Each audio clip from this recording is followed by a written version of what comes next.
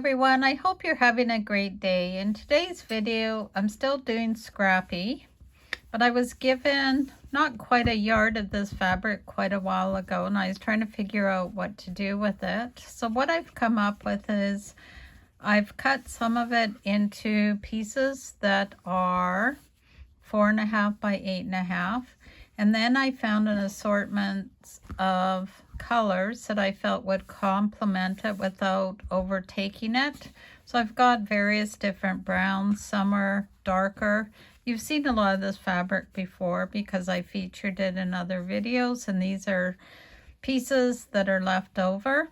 So I've cut these in 4.5 by 8.5.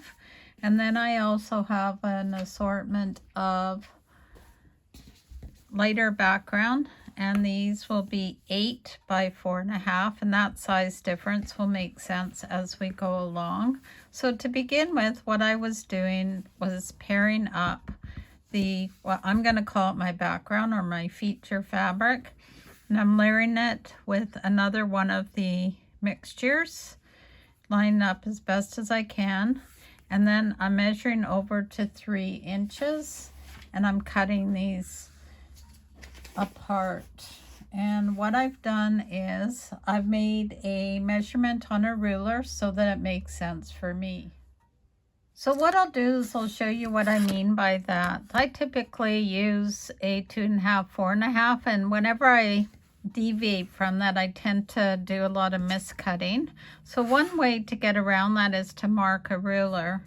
Someone gave me glow tape, and you can put that down, and that's a good way to mark where you want to cut. You can use masking tape, which you've seen me use before. And then I also use a wipe off board for making notes for myself. So I thought, well, why not use that marker? So I've just kind of colored it at the 3 inch as a reminder. That's where I want to line it up and cut it. And the beauty with this is these are very inexpensive to get at a dollar store. And you can also either wipe them off by using the pad they give, or just plain water takes that mark away. Over time, they'll start to wear off anyway. So again, getting back to what I was explaining, so I've got these layered together like this, and then I'm going to take the 3 inch here, and then I'm going to take my blade and cut it like this, and then I'll show you what we do next.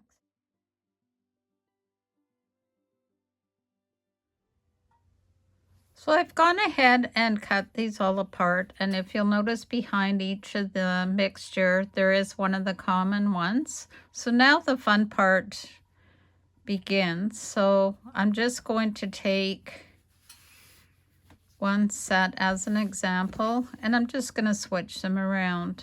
So I'm going to join these two as one group, and then I'm going to take the darker and I'm going to join it like this. So I'll be doing that with all of them, and then I'll show you what I do next. So I have this lot done, and what I'm going to do is I'm going to sort it with the shorter part of what I'm calling my background in one pile, and then another pile where it's in the longer side. And then once that is all done, then I'll take them over to my design wall, and I'll show you how I am laying it all out. Before I take you over to the design wall, I just wanted to show you how I'm picking up some of the colors. I was lucky enough to have this color swatch on the salvage, and what I did is I just pulled out different scraps and made sure that these colors fell within this colorway. And this is a really good way if you want to quickly figure out what will work. It doesn't all have to be fabric within the same line. It just needs to be colors within the same group as your base fabric. So this is one thing I do when I'm wanting to find something very quickly. It works for me. Give it a try. You never know how it might help you with your color selections as well. So this is how I've laid out the rows to begin with. I'm wondering if you can see the pattern. The 2 rows, the one on the lower and the one on the upper, I have it with the background as the larger pieces, and then the 2 center ones are the background, or what I'm calling the background, is the smaller one. So I've got kind of a repeating pattern going on. I tried nesting them all together and I think it was too much. So what I've got is I've got my low volume or my lighter strips that are going to go in here. So I don't know if you can see, I've just placed a couple here. And then in the center, I felt it needed a little bit of a punch of color. So I have yardage of this purple fabric with the gold metallic, and it actually pulls out the purple in my feature fabric. And I thought I would put that in here just to break it up a little bit. Do you think this is what I should go with, or do you think it's going to be too much? Let me know in the comments below. I am going to cut this in one continuous strip, and that way I don't have to worry about the wave pattern going all wonky on me. So let me go ahead and do that, and then we'll start joining this together. So my method of joining this together is I'm actually going to make them into larger units. So I'm doing the two joined together with a 1/4 inch seam, and because they're staggered seams, it means you don't have any nesting to worry about. And then you could easily add the lighter background piece to the bottom of that, or you could do this as one continuous row. I leave that part up to you, but I'm going to go ahead and do this, and I'll show you with pictures as I go along. So I have the upper two sections joined together, and this purple is just sitting there, and I'm not 100% happy with that particular fabric.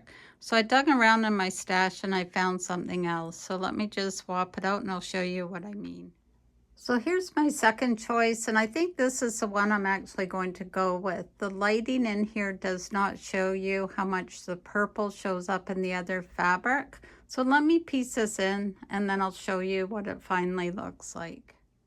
So here it is all done. I'm very happy with how this has turned out. This is a lap size, so without borders, it's 32.5 by 44.5 unfinished. And I want to show you how you can put different colors of fabrics together to come up with a neat design. And also this is still a 2:1 ratio size block, so it's 4 by 8 finished or 4.5 by 8.5. You could certainly scale this down by using a 2.5, 4.5, or a 3.5, 6.5. There's so many different options.